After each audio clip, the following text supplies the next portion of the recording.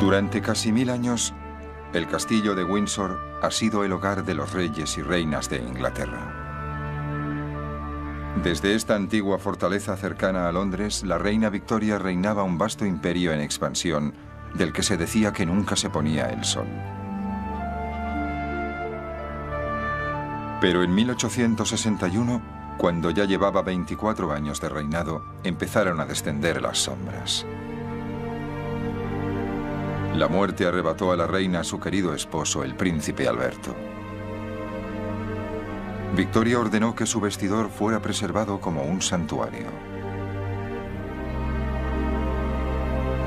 Luego se vistió del luto que no abandonaría hasta su muerte.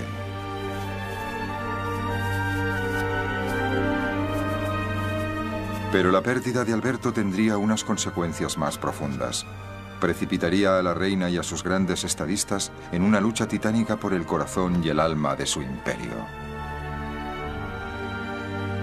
El Imperio Británico, el imperio de la reina Victoria, la cruzada moral.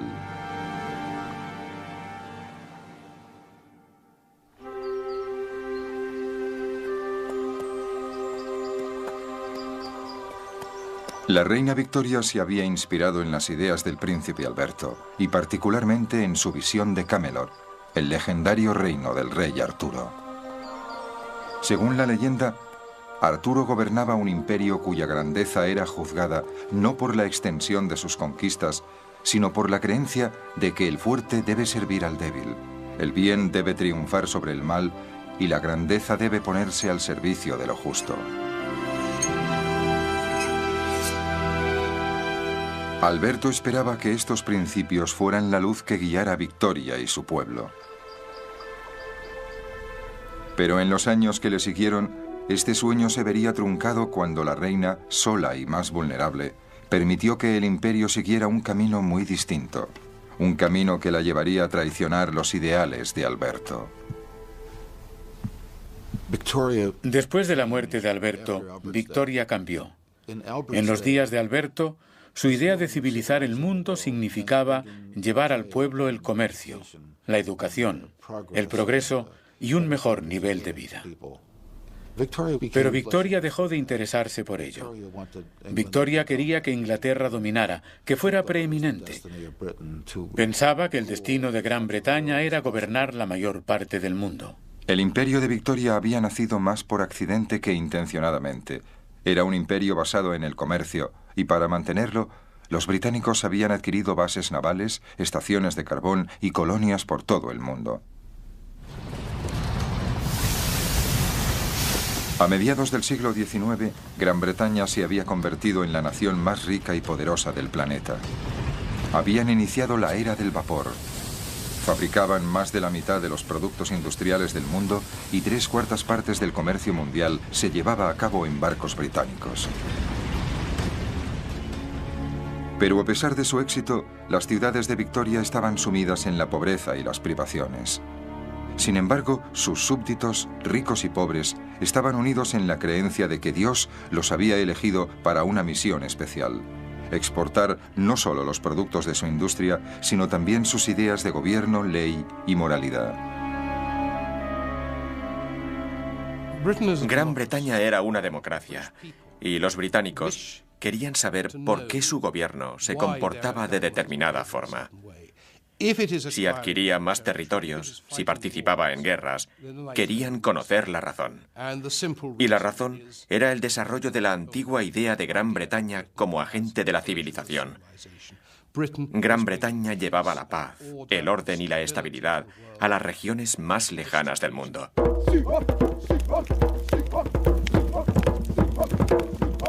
En la mente victoriana, en ninguna parte la misión civilizadora era más apremiante o más peligrosa que en África. A mediados del siglo XIX, África era conocida como el continente negro, con su vasto interior aún no explorado por el hombre blanco. Los victorianos creían que era un lugar de dioses paganos, sacrificios de sangre y conflictos tribales.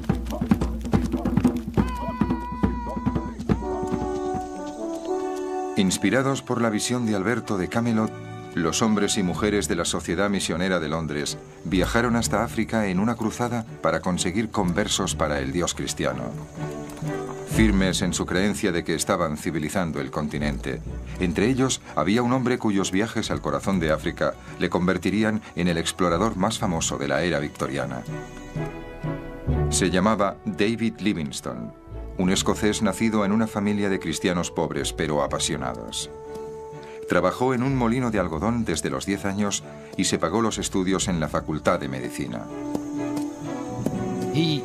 Había oído decir que se podía ser médico misionero y se dijo, es lo que yo quiero ser.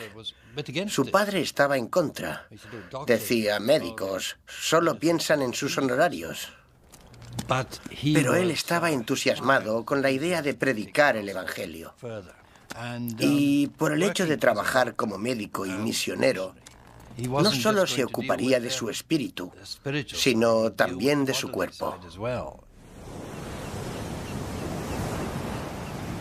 Cuando Livingstone inició sus viajes, la principal posesión británica en África era un puerto de escala en el extremo sur de este vasto continente. El puerto de Ciudad del Cabo solo era una escala en el largo camino marítimo hasta India. El gobierno británico no estaba interesado en el interior, ya que se creía que solo eran miles de kilómetros de árido monte bajo. Pero cuando Livingstone viajó hacia el norte, hasta la gran meseta central del continente, descubrió otra África diferente. El escenario cambiaba dramáticamente del desierto a las verdes praderas, con altos árboles y exótica vida salvaje. Livingstone escribió abundantes notas, documentando la flora y fauna con todo lujo de detalles. Pero fue un encuentro menos agradable con la fauna local lo que le dio fama en Inglaterra.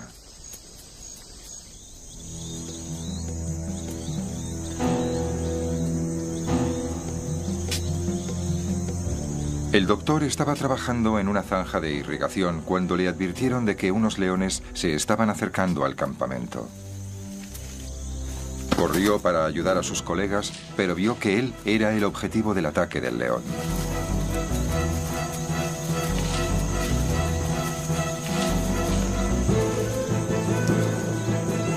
Logró efectuar un disparo, pero solo rozó a la bestia. El animal herido saltó. Un portador nativo le salvó la vida.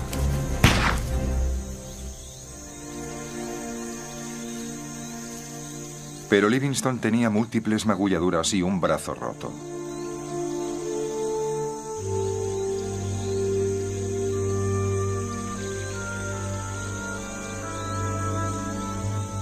Fue una experiencia terrible.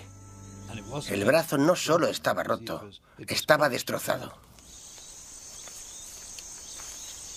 A kilómetros de distancia de cualquier ayuda médica, Livingstone se trató sus propias heridas. Incluso consiguió insertar un tornillo en el hueso roto. Supongo que lo entablilló con ramas atadas al brazo. Y lo que no podría hacer él, se lo pediría a alguien diciendo, sujete esto, átelo así, o lo que fuera. Muy doloroso. Y por supuesto, es muy difícil reducir la fractura en buenas condiciones. Semanas más tarde, un colega médico vio asombrado la herida de Livingstone. Mostraba un gran valor, sagacidad, habilidad y resistencia que apenas se han superado en los anales del heroísmo. Tales historias, publicadas por Livingstone y otros, llegaban a un gran número de lectores tanto en Europa como en América. Los lectores se sentían inspirados no solo por el sentido de aventura, sino por la sensación de que participaban junto con los misioneros en una cruzada histórica. Los misioneros se veían a sí mismos como pioneros de la civilización.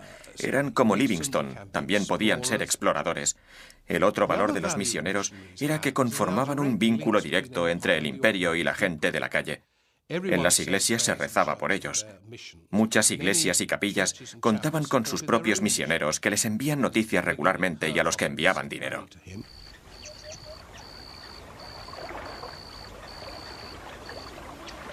A pesar de su fama creciente, Livingstone tuvo poco éxito a la hora de cristianizar a los africanos.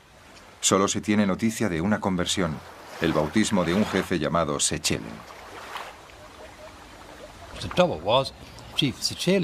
El problema era que el jefe Sechele tenía varias esposas, pero si iba a unirse a la iglesia solo podría tener una. Era un hombre muy sincero y apartó a sus otras esposas. Les dio regalos y les dijo: lo siento, me he convertido a esta nueva religión. Se convirtió al cristianismo. Se dice que fue la única conversión de Livingstone. Y también se dice que cayó en el camino porque al poco tiempo aceptó a una de sus antiguas esposas.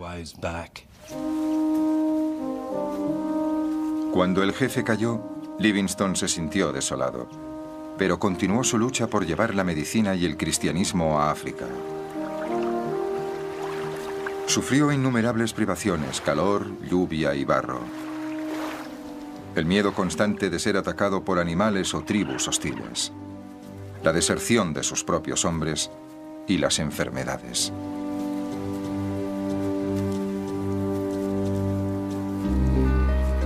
Durante los 3 primeros años de sus viajes, Livingstone padeció 27 brotes de fiebre. Se esforzó por cruzar ríos y bosques tropicales con el corazón latiendo aceleradamente y sufriendo fortísimas jaquecas, mareos y diarreas. Estaba impulsado por sus ideales cristianos y una casi mesiánica creencia en sí mismo. ¿No ves, oh Señor, cómo los paganos se levantan contra mí como hicieron con tu hijo? Si un hombre como yo llegara a huir, no, en verdad.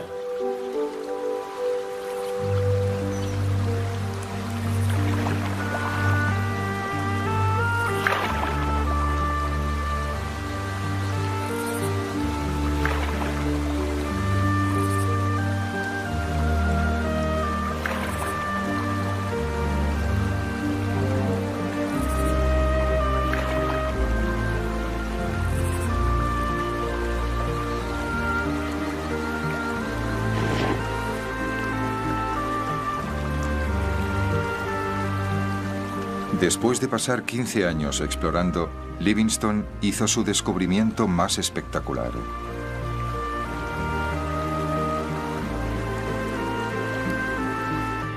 Descendieron por un río muy ancho, yo diría de más de 1,5 kilómetros de ancho. Y frente a ellos se encontraron con una isla, con el agua fluyendo por ambos lados.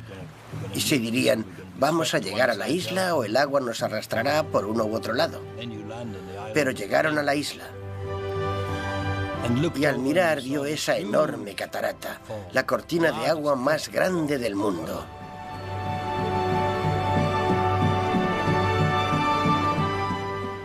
Estaba convencido de que era una maravilla de la naturaleza, de la creación de Dios.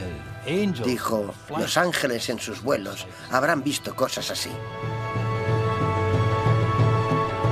Livingstone le dio el nombre de Cataratas Victoria en honor a su reina.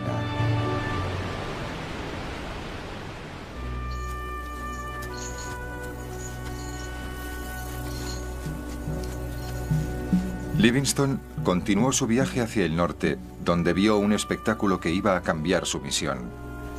Quedó horrorizado al ver a unos hombres encadenados que eran llevados a la costa, con destino a los mercados de esclavos de Arabia.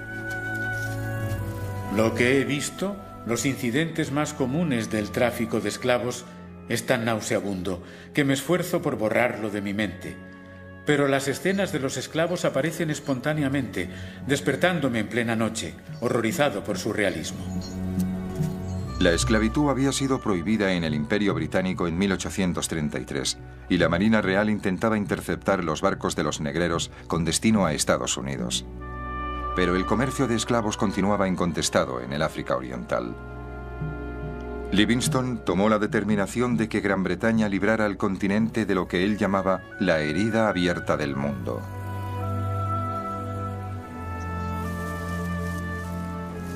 Concluía diciendo que a los traficantes deberían ofrecérseles unas formas más aceptables de ganarse la vida, que África debía ser civilizada, no por la fuerza, sino por el comercio.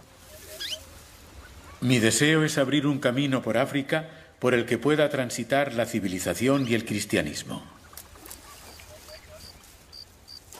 Se dedicó a la exploración en un intento de encontrar una ruta al interior para el comercio británico. Cuando llegara el comercio, sin duda le seguiría la cruz, y con ella, esperaba él, la libertad y la justicia para el esclavizado pueblo africano.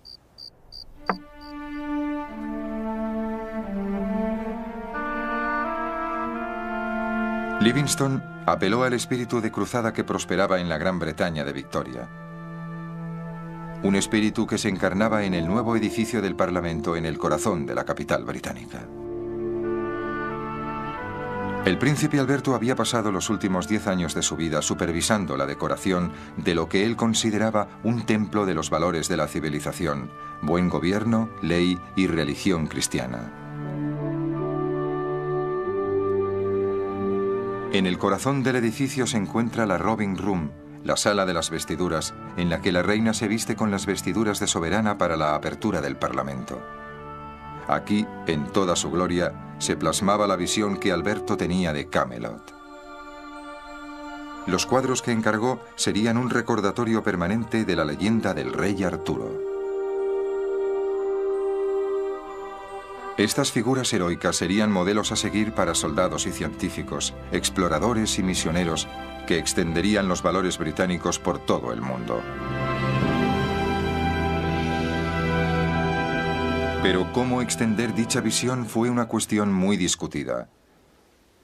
En la Cámara de los Comunes esta cuestión era ferozmente discutida por los miembros electos del Parlamento, dirigidos por dos hombres cuyas visiones del Imperio de Victoria eran diametralmente opuestas. Por un lado, el conservador Benjamin Disraeli, un apasionado abogado del poder y la gloria imperial. Por el otro, su adversario de toda la vida, el liberal William Gladstone, que capitaneaba la visión moral del príncipe Alberto y David Livingstone. Gladstone estaba impulsado por un propósito altamente moral y por la pesada carga de la culpabilidad, en parte porque su propia familia había ganado una fortuna con el comercio de esclavos. Como líder del Partido Liberal, Gladstone defendía la exportación de los valores de la civilización por medio del comercio, no de la conquista. Gladstone consideraba que el imperio ya estaba allí y no había mucho que se pudiera hacer. No quería ampliarlo y creía que el imperialismo era un credo que podía contaminar al pueblo británico, haciéndolo amante de la guerra, agresivo. Él pensaba en un mundo en el que reinara la paz universal. Cuando hablaba del imperialismo se preguntaba, ¿es esto piadoso? Y decía que no. Lo consideraba como la grandeza triunfando por encima de lo justo. Y eso le asustaba. Si el pueblo británico se dejaba hechizar por el imperio, se dedicaría a luchar en guerras aquí y allá, gastando mucho dinero, dejando de ser una fuerza moral en el mundo. Esta visión era ferozmente contestada por su gran rival Benjamin Disraeli. Este ocupó el cargo de primer ministro en 1867 y en los 15 años siguientes, él y Gladstone se fueron alternando en el poder. Disraeli creía en la expansión del imperio británico. Le gustaba decir que sus antepasados habían sido ricos mercaderes venecianos que comerciaban con Oriente, y esto le daba un entusiasmo romántico por la aventura imperialista. Disraeli veía el imperio como un activo extraordinario. El imperio había convertido a Gran Bretaña en una gran potencia, una potencia mundial, y también le permitía tener una gran influencia en Europa. Y desde luego le encantaba el glamour del imperio. Consideraba que le daba prestigio al país. Esperaba que, con el tiempo, las colonias blancas no tomaran el rumbo americano, sino que permanecieran emocionalmente unidas a Gran Bretaña, especialmente por medio de la corona. Pero Victoria seguía sumida en un profundo dolor. Desde la muerte del príncipe Alberto, había perdido interés en el imperio y los demás asuntos del Estado. Victoria se recluyó. Creo que porque se sentía incompetente como reina. Durante mucho tiempo, Alberto había hecho el trabajo por ella. Alberto lo había hecho todo. Lo preparaba todo para ella, lo organizaba y ahora no se sentía con fuerzas para hacerlo sola. La reina encontró cierto consuelo en el escocés John Brown. Empezó a escribir sobre él pocos meses después de la muerte de Alberto. Tengo un valiosísimo sirviente escocés. Es mi mano derecha y me cuida maravillosamente, combinando los trabajos de mozo de cuadras, lacayo, paje y hasta doncella, casi me atrevo a añadir, ya que sabe mucho de capas y chales. Siempre lleva mi caballo y me atiende cuando no estoy en casa.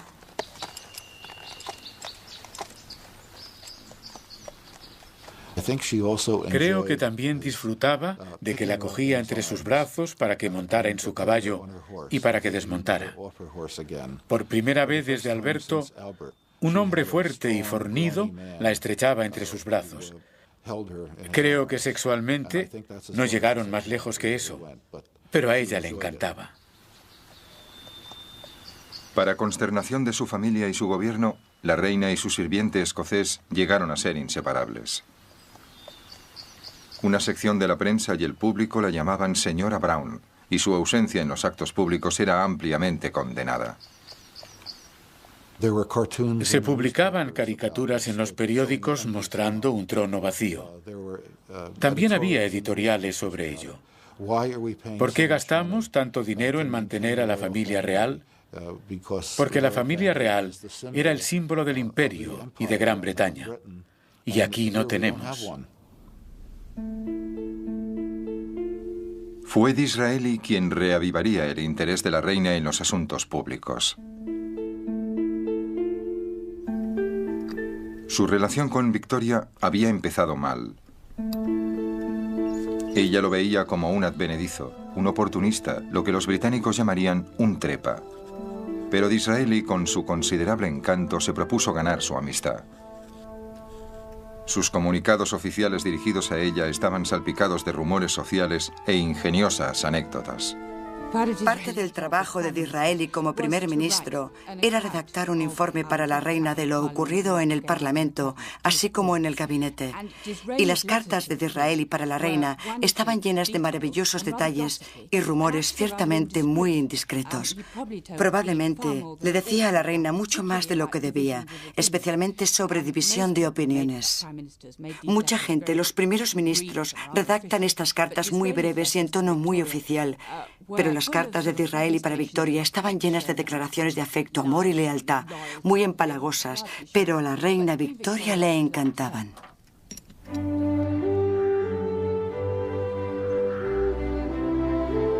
Y por fin la reina se divertía. Le escribió a su hija mayor, Vicky. Los informes del señor Disraeli son como sus novelas, muy coloridos. Declaró que nunca había recibido cartas así y que nunca antes lo había sabido todo. Su actitud ante el advenedizo experimentó un cambio drástico. El señor Disraeli ha llegado a su elevado cargo gracias a su habilidad y a su temperamento maravillosamente feliz. Y solo tengo alabanzas para él. Ella le enviaba prímulas que recogía personalmente. A cambio, Disraeli le envió una colección de sus novelas. Victoria había publicado un libro, Recuerdos de sus días con el príncipe Alberto en su palacio en Escocia. Disraeli era muy bueno haciendo aquellos comentarios discretos que a la reina Victoria le gustaban. Por ejemplo, uno de los mejores era cuando le decía, nosotros los escritores, señora, que era precisamente lo que Victoria quería oír, que los dos pertenecían al mismo club de escritores. Disraeli hechizó a la reina con su visión romántica del imperio británico. Habría horrorizado al príncipe Alberto. En el futuro, Victoria y Disraeli formarían una poderosa alianza de la causa imperial, pero tendría que pasar algún tiempo antes de que diera sus frutos. El primer mandato de Disraeli como primer ministro duró menos de un año. Cuando dejó el cargo, la reina tuvo que mandar llamar al líder de los liberales, Gladstone.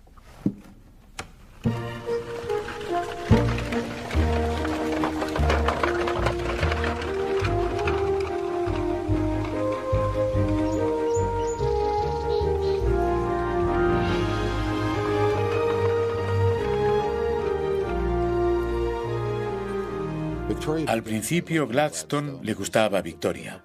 Parecía un hombre honrado. Era ambicioso, pero también era extremadamente listo. El príncipe Alberto había aprobado a Gladstone. Cuando el nuevo primer ministro llegó al palacio para recibir los sellos de su cargo, la reina anotó su aprobación. Es muy agradable, muy callado, muy intelectual, con un gran conocimiento de cualquier tema. Y es un buen hombre. Pero su satisfacción no duró mucho. Gladstone se embarcó en un torbellino de reformas liberales que reavivaron los instintos conservadores de la reina que habían permanecido adormecidos mientras vivía Alberto. El señor Gladstone es un hombre muy peligroso y muy arrogante, un tirano, muy obstinado, sin ningún conocimiento del mundo ni de la naturaleza humana. Todo esto y su falta de consideración respecto a mis sentimientos le convierten en un premier muy peligroso e insatisfactorio. No le divirtió nada cuando le propuso que podría permitirse que los marinos se dejaran la barba, y se horrorizaba ante los movimientos dirigidos hacia la igualdad de las mujeres. La reina llama la atención del señor Gladstone sobre el movimiento altamente desmoralizador de querer situar a las mujeres en la misma posición que los hombres. Pero lo que más preocupaba a Victoria era la vida privada de Gladstone. Debido a su fanática religiosidad, creía que todo el mundo debía ser convertido para que aceptara su moralidad y su ética. Salía a la calle de noche, incluso cuando era primer ministro, y solicitaba los servicios de prostitutas. Las devolvía a su habitación y les regalaba Biblias. Les daba dinero y les pedía que cogieran el buen camino. Victoria se enteraba de ello porque sus damas de honor se lo contaban todo, y eso le repelía. En un determinado momento, cuando Gladstone tenía que ir a visitar a Victoria en Balmoral, esta le envió una carta diciéndole que cuando llegara llevara ropa nueva que nunca hubiera usado antes. Quedaba claro que no quería saber nada del degradante ambiente que representa su implicación con esas mujeres de la noche. A Gladstone no le preocupaba que la reina le desaprobara personalmente, pero se sentía horrorizado por las ideas imperialistas que compartía con Disraeli. Su punto de vista más liberal sobre el papel de Gran Bretaña era puesto a prueba en África.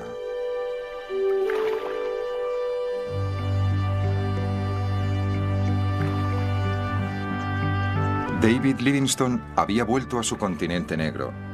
Esta vez había sido enviado en misión oficial para encontrar una ruta comercial hasta el interior y así hacer realidad su sueño de combinar el comercio, la civilización y la religión cristiana.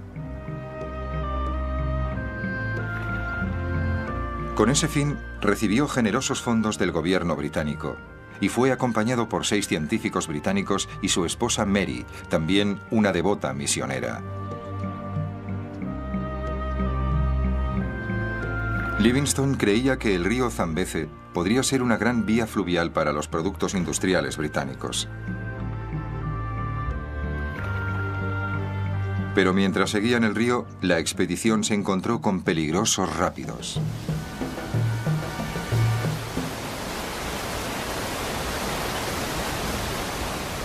Creía que el Zambeze podría ser una ruta comercial, el gran río que había visto en las cataratas Victoria. Pero cuando descendió por él, no pasó por un par de secciones. Tomó unos atajos. Era algo muy razonable porque así ahorró mucho tiempo. Pero esos atajos eran intransitables. Y eso es lo que descubrió la expedición por el Zambeze, que su esperanza de que esta fuera la gran vía hasta el centro de África era inviable. Livingstone se negó a admitir la derrota. Siguió su búsqueda de una ruta comercial, pero entonces la expedición se enfrentó a un peligro aún mayor.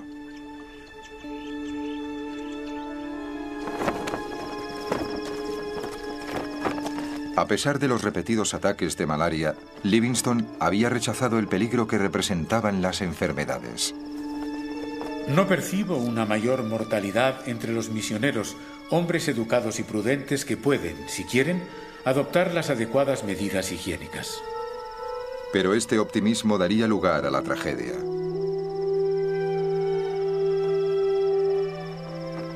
Mary Livingstone fue la primera en enfermar debido a las fiebres.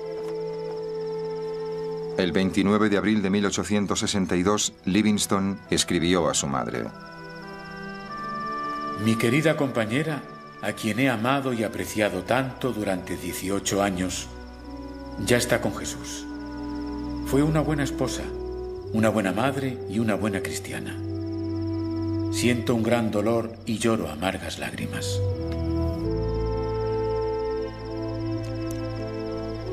Livingstone había pagado un precio muy alto por sus creencias y su dolor no terminaría con la muerte de su esposa. Había iniciado la misión de civilizar África mediante el comercio, pero en Inglaterra el entusiasmo popular por sus hazañas estaba generando un nuevo apetito por las conquistas.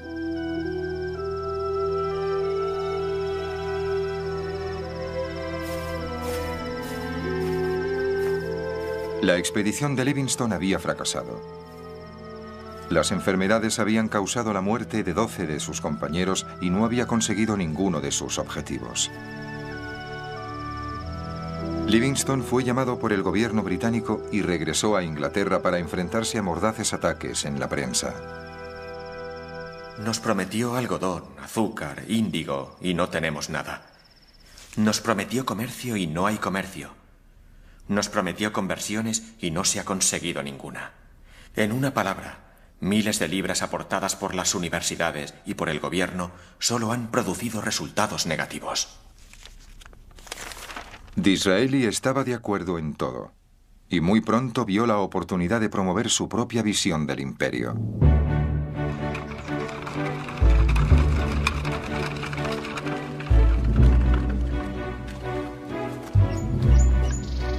Al ganar las siguientes elecciones, la reina recibió la noticia de su victoria con gran placer. He visto al señor Disraeli hoy a las 3 menos cuarto. Se inclinó y me besó la mano diciendo: prometo fidelidad a la más buena de las señoras.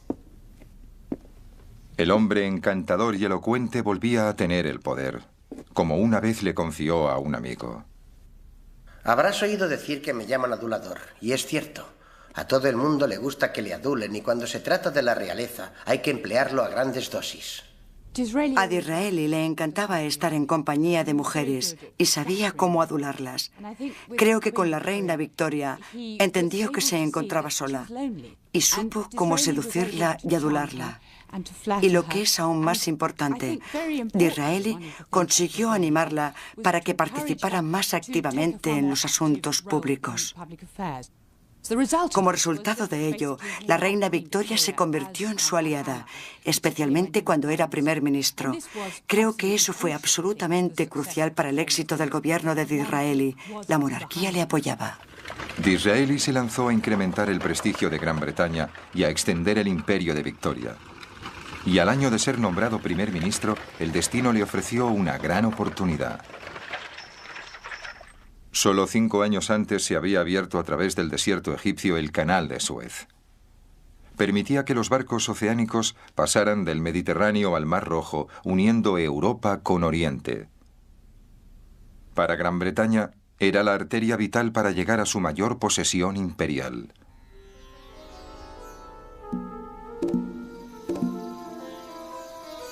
India, con 400 millones de habitantes, era el territorio más allá de los mares más grande que ningún imperio hubiera poseído. La reina lo llamaba la joya más preciada de su corona, y Disraeli temía que una potencia rival cortara la nueva arteria imperial.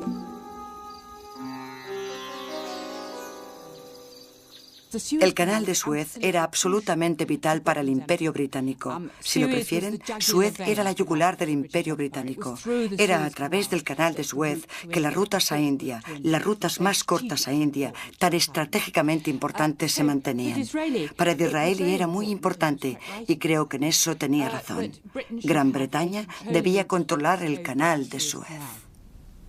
Las acciones de la Compañía del Canal de Suez estaban en manos de unos inversores franceses y del gobernante de Egipto, el Khedive.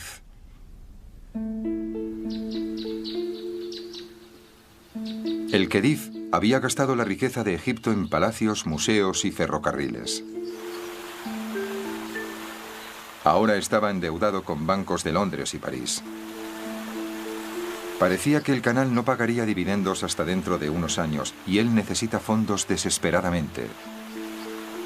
En 1875 hizo una oferta secreta a los británicos. Disraeli le escribió urgentemente a la reina. Del señor Disraeli humildemente a su majestad. El Khedive, a las puertas de la bancarrota, parece deseoso de desprenderse de sus acciones del Canal de Suez y ha comunicado confidencialmente. Es un asunto de millones, por lo menos 4, pero es vital para la autoridad y poder de su majestad en este momento crítico en el que el canal debería pertenecer a Inglaterra. El Khedive dice que es absolutamente necesario que reciba 3 o 4 millones de libras esterlinas antes del 30 de este mes. Apenas tiempo para respirar, pero debe hacerse.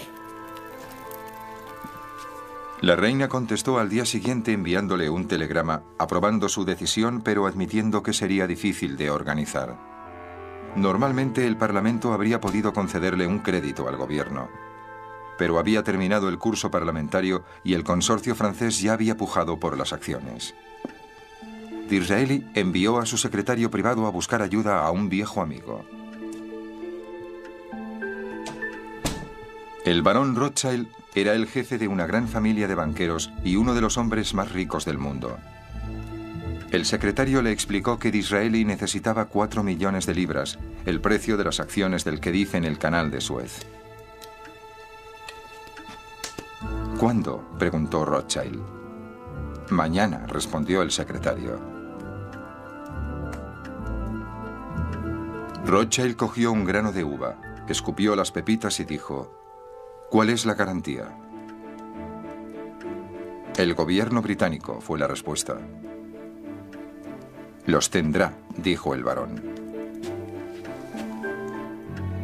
Disraeli escribió a la reina exultante.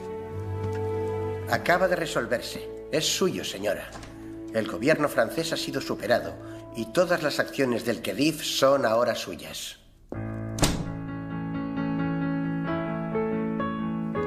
La reina estaba encantada. Disraeli la trataba no solo como su monarca, sino también como mujer, una mujer inteligente.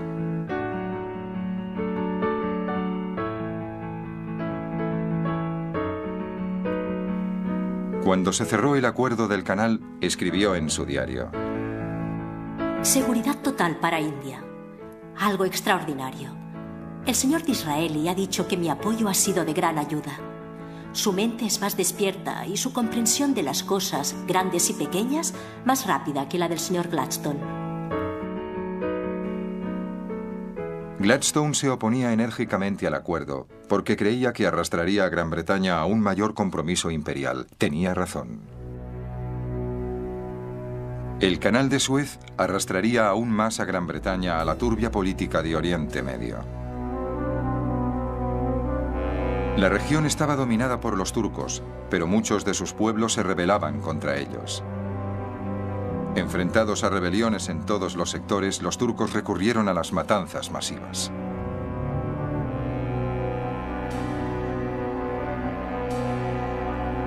Rusia apoyaba a los rebeldes y Disraeli temía que el imperio turco se desmoronara, abriendo paso a los rusos para avanzar sobre el Canal de Suez. Por muy mal que trataran a sus súbditos, Disraeli consideraba que Gran Bretaña debería apoyar a los turcos. Pero Gladstone opinaba lo contrario. Ya no era el líder de los liberales. Se había retirado a su casa de campo, donde se relajaba talando árboles y ordenando sus ideas sobre Dios. Pero le horrorizaban las historias de las atrocidades turcas contra sus súbditos cristianos. Creía que había que poner fin al corrupto y a punto de desmoronarse imperio turco. Abandonó el hacha y cogió la pluma.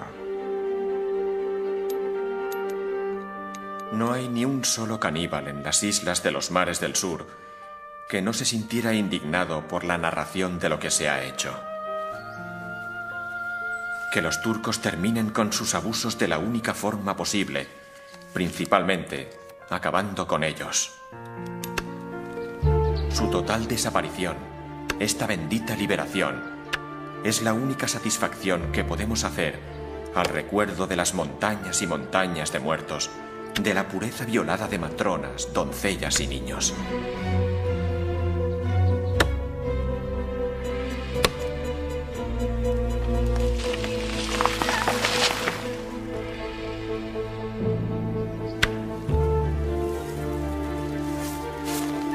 Disraeli calificó el estilo de la protesta de Gladstone de vulgar, subrayando que de todas las atrocidades, probablemente las peores fueran los escritos de Gladstone.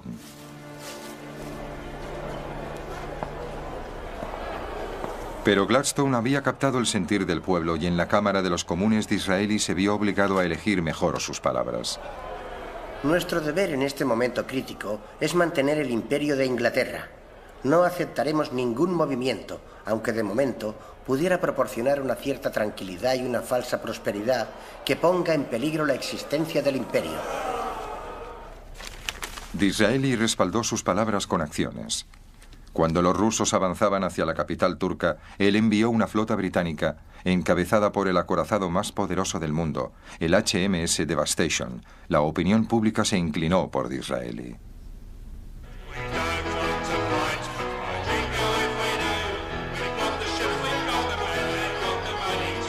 La fiebre por la guerra se extendió por los bares y music halls de Gran Bretaña. Puede que a los británicos no les gustara lo que los turcos estaban haciendo con sus súbditos cristianos, pero compartían la determinación de Disraeli de detener a los rusos. Temerosos de una guerra con Gran Bretaña, los rusos aceptaron negociar. Disraeli se dispuso a asistir a las negociaciones de paz. Regresó triunfante. Su diplomacia había forzado a los rusos a detener su avance en Oriente Medio. La arteria vital a India estaba asegurada. Victoria compartía el regocijo del pueblo y decidió que era el momento de reclamar lo que consideraba que debería haberse hecho mucho tiempo antes. En las conversaciones corrientes muchas veces me llaman emperatriz de India. ¿Por qué no he asumido oficialmente dicho título? Creo que debería hacerlo y deseo que se hagan los informes preliminares. Disraeli presentó una propuesta al Parlamento para otorgarle a Victoria el título de Reina Emperatriz de India. Teatral, rimbombante y un disparate. Pero el título fue concedido y la reina estaba encantada. Expresó su gratitud nombrando conde a Disraeli. Le estaba profundamente agradecida a Disraeli por ello. Podría decirse que fue una forma de embellecer la monarquía británica. Y, al mismo tiempo, la reina adquirió un nuevo sentido de la responsabilidad. Se interesaba mucho más por India. Inmediatamente después de ser nombrada emperatriz, empezó a aprender indostánico. No es que aprendiera mucho, pero mostró voluntad. También contrató sirvientes indios. La reina emperatriz y su ennoblecido primer ministro apelaron al espíritu imperial que se estaba extendiendo entre grandes sectores de la opinión pública. Un espíritu agresivo, mostrando la fuerza británica para gobernar despóticamente al mundo. Gladstone siguió oponiéndose. Él lo calificaba de imperialismo aparatoso. Incluso el secretario de Asuntos Exteriores de Disraeli habló privadamente de su preocupación. Disraeli cree en el prestigio y sostendría que era en interés del país gastar 200 millones en una guerra si el resultado fuera que los países extranjeros nos tuvieran en más alta estima. La reina apoyaba sin fisuras a Disraeli. Si tenemos que mantener nuestra posición como una potencia de primera, debemos estar preparados, teniendo en cuenta nuestro imperio indio y las grandes colonias para continuos ataques y guerras en alguna parte. Pero las tensiones de esta política imperialista empezaban a ser evidentes.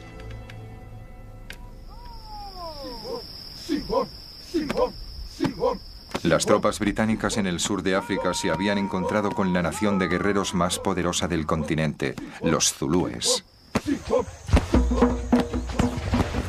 En En la batalla de Isandlwana, 600 soldados fueron aniquilados. Se necesitaron 17.000 soldados británicos armados con los últimos avances en artillería para derrotar a un enemigo armado principalmente con lanzas. En Inglaterra, una poderosa voz se alzaba en protesta. Recuerden los derechos de los salvajes, como los llamamos. Recuerden la felicidad de su humilde hogar. Gladstone ya no controlaba el Parlamento, así que se dirigía directamente al pueblo británico. La santidad de la vida en los poblados es tan inviolable a ojos de Dios Todopoderoso como lo puede ser la suya. La fuerza de su oratoria atraía a las masas. 10.000 zulúes habían muerto, sostenía él. Por la sola ofensa de defenderse contra vuestra artillería, con sus cuerpos desnudos, sus hogares, sus casas, sus esposas, sus familias. Este es uno de los grandes misterios sobre Gladstone. ¿Cómo es que su oratoria era tan eficaz? Porque sus frases no eran tan buenas, aunque no se daba aires de superioridad con el público, sino todo lo contrario. Y conseguía captar su atención durante largos periodos de tiempo, 1 hora en los grandes mítines. Creo que esencialmente era su aspecto físico, el destello de sus ojos de águila, el dramatismo de sus gestos, la cadencia de su voz. Me fascinó un anciano que, acercándose, me dijo: mi padre gritaba para Gladstone. Y eso era cierto, ya que él empleaba a Gladstone para asistir a sus mítines junto con otras personas para situarse a unos 20 o 30 metros del estrado y repetir lo que Gladstone decía a los que estaban más alejados. Ahora está hablando de las atrocidades búlgaras. Y esto parece demostrar que muchos de los asistentes a los mítines no podían oír lo que Gladstone decía. Pero el hecho de que pudiera cautivar a un público de pie durante 1 hora y media, cuando en realidad no podían oír lo que decía, es el mayor tributo, creo yo, que se puede hacer a la fuerza de su presencia física. La reina estaba indignada, se quejaba en su diario. El señor Gladstone hace campaña como un orador americano, con violentos discursos. Pero para su sorpresa y consternación, Gladstone había tocado la fibra más popular. Una vez más, había apelado al sentido británico de la justicia y el juego limpio. Los liberales volvieron al poder con una amplia mayoría. Gladstone escribió jubilosamente sobre la derrota de Disraeli y el imperialismo aparatoso que él representaba. Es como la desaparición de un magnífico castillo en un romance italiano. El príncipe Alberto habría compartido el placer de Gladstone por la desaparición del gobierno belicista de Disraeli. Pero Victoria le había dado la espalda a la visión moral que tenía Alberto del imperio. Tercamente se negaba a aceptar a Gladstone como su nuevo primer ministro. Le escribió a su secretaria privada: La reina preferiría abdicar antes que mandar llamar o establecer cualquier comunicación con ese agitador medio loco que pronto lo echaría todo a perder y se convertiría en un dictador. Otros que no sean ella, que se sometan a su gobierno democrático, pero no la reina. Pero era una reina constitucional y tenía que someterse. Gladstone volvió al poder determinado a cambiar la política imperialista de Disraeli. Se puso a trabajar para conseguir el autogobierno para Irlanda. Luchó para que se nombraran más jueces indios y asegurar que los ingleses ya no podrían negarse a comparecer ante ellos.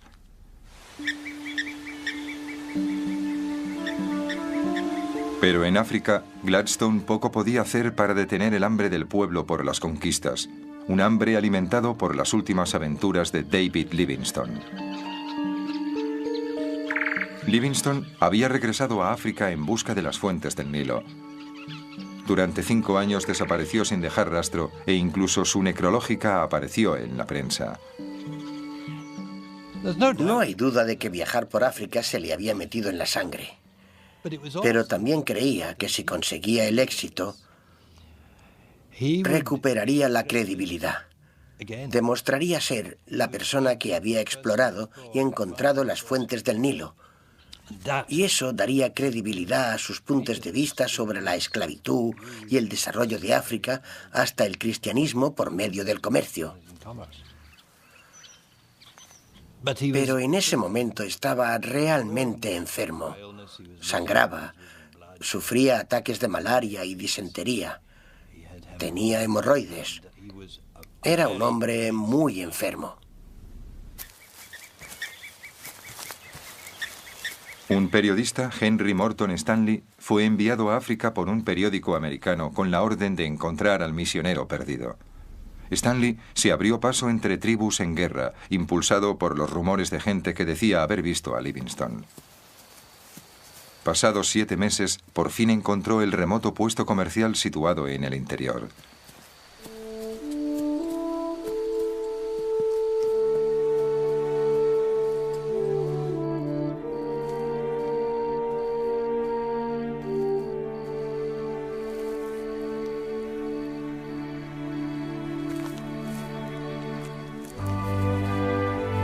Y aquí, en noviembre de 1871, tuvo lugar el famoso encuentro.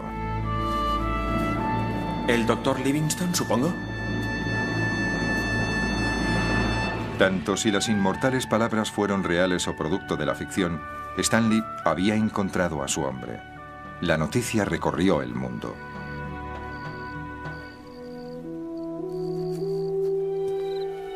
Pero cuando los titulares se habían desvanecido, Livingstone seguía en África, desesperadamente solo y cada vez más enfermo.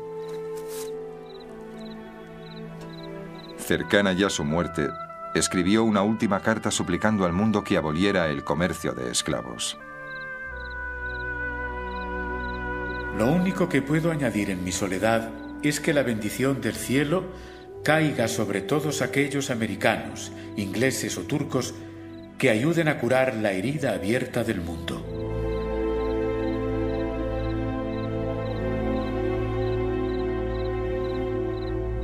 En la noche del 30 de abril de 1873, falleció David Livingstone.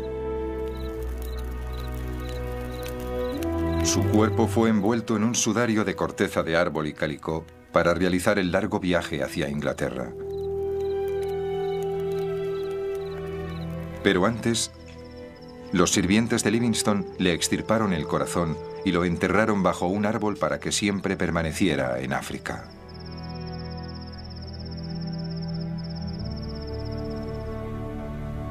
Cuando por fin el cuerpo llegó a Gran Bretaña, la reina declaró un día de luto nacional. Livingstone fue enterrado en la abadía de Westminster y las palabras de su última carta fueron grabadas en su tumba. Pero las aventuras africanas de Livingstone tuvieron un efecto que él nunca hubiera aprobado.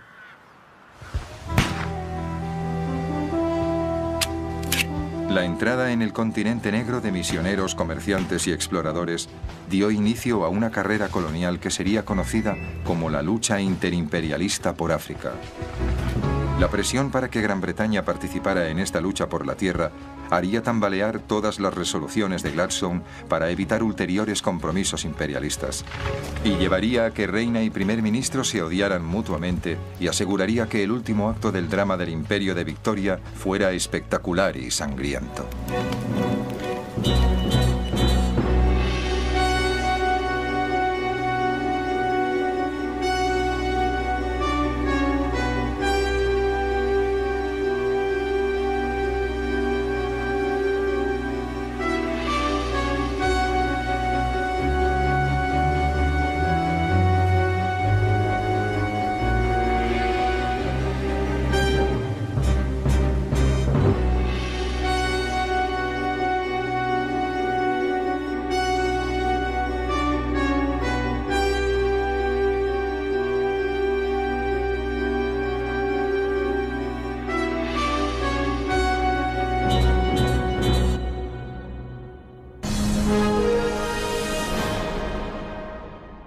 A mediados del siglo XIX, África era conocida como el continente negro, con su vasto interior aún no explorado por el hombre blanco. Los victorianos creían que era un lugar de dioses paganos, sacrificios de sangre y conflictos tribales.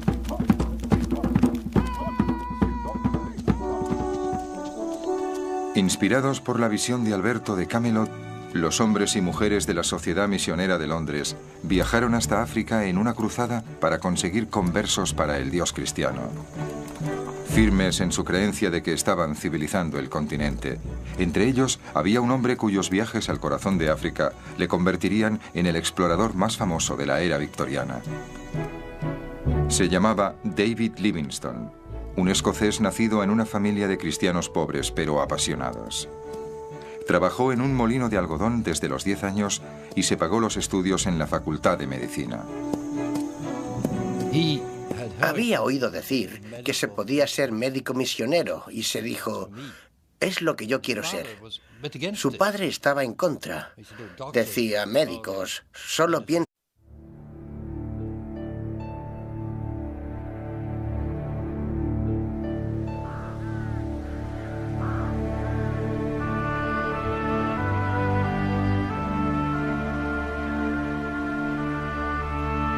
Durante casi 1000 años, el castillo de Windsor ha sido el hogar de los reyes y reinas de Inglaterra.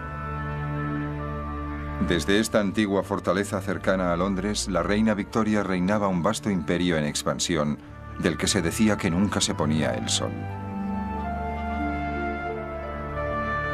Pero en 1861, cuando ya llevaba 24 años de reinado, empezaron a descender las sombras. La muerte arrebató a la reina a su querido esposo, el príncipe Alberto. Victoria ordenó que su vestidor fuera preservado como un santuario. Luego se vistió del luto que no abandonaría hasta su muerte.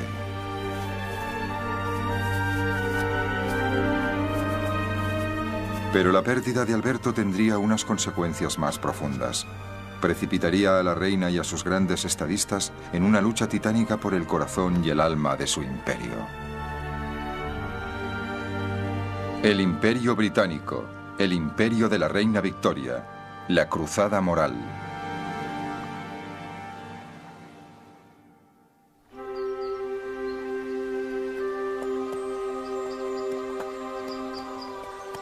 La reina Victoria se había inspirado en las ideas del príncipe Alberto y particularmente en su visión de Camelot, el legendario reino del rey Arturo. Según la leyenda, Arturo gobernaba un imperio cuya grandeza era juzgada no por la extensión de sus conquistas, sino por la creencia de que el fuerte debe servir al débil, el bien debe triunfar sobre el mal y la grandeza debe ponerse al servicio de lo justo. Alberto esperaba que estos principios fueran la luz que guiara a Victoria y su pueblo. Pero en los años que le siguieron, este sueño se vería truncado cuando la reina, sola y más vulnerable, permitió que el imperio siguiera un camino muy distinto, un camino que la llevaría a traicionar los ideales de Alberto. Después de la muerte de Alberto, Victoria cambió. En los días de Alberto, su idea de civilizar el mundo significaba llevar al pueblo el comercio, la educación, el progreso y un mejor nivel de vida. Pero Victoria dejó de interesarse por ello. Victoria quería que Inglaterra dominara, que fuera preeminente. Pensaba que el destino de Gran Bretaña era gobernar la mayor parte del mundo. El imperio de Victoria había nacido más por accidente que intencionadamente. Era un imperio basado en el comercio, y para mantenerlo, los británicos habían adquirido bases navales, estaciones de carbón y colonias por todo el mundo. A mediados del siglo XIX, Gran Bretaña se había convertido en la nación más rica y poderosa del planeta. Habían iniciado la era del vapor. Fabricaban más de la mitad de los productos industriales del mundo y 3/4 partes del comercio mundial se llevaba a cabo en barcos británicos. Pero a pesar de su éxito, las ciudades de Victoria estaban sumidas en la pobreza y las privaciones. Sin embargo, sus súbditos, ricos y pobres, estaban unidos en la creencia de que Dios los había elegido para una misión especial. exportar no solo los productos de su industria, sino también sus ideas de gobierno, ley y moralidad. Gran Bretaña era una democracia y los británicos querían saber por qué su gobierno se comportaba de determinada forma. Si adquiría más territorios, si participaba en guerras, querían conocer la razón. Y la razón era el desarrollo de la antigua idea de Gran Bretaña como agente de la civilización. Gran Bretaña llevaba la paz, el orden y la estabilidad a las regiones más lejanas del mundo.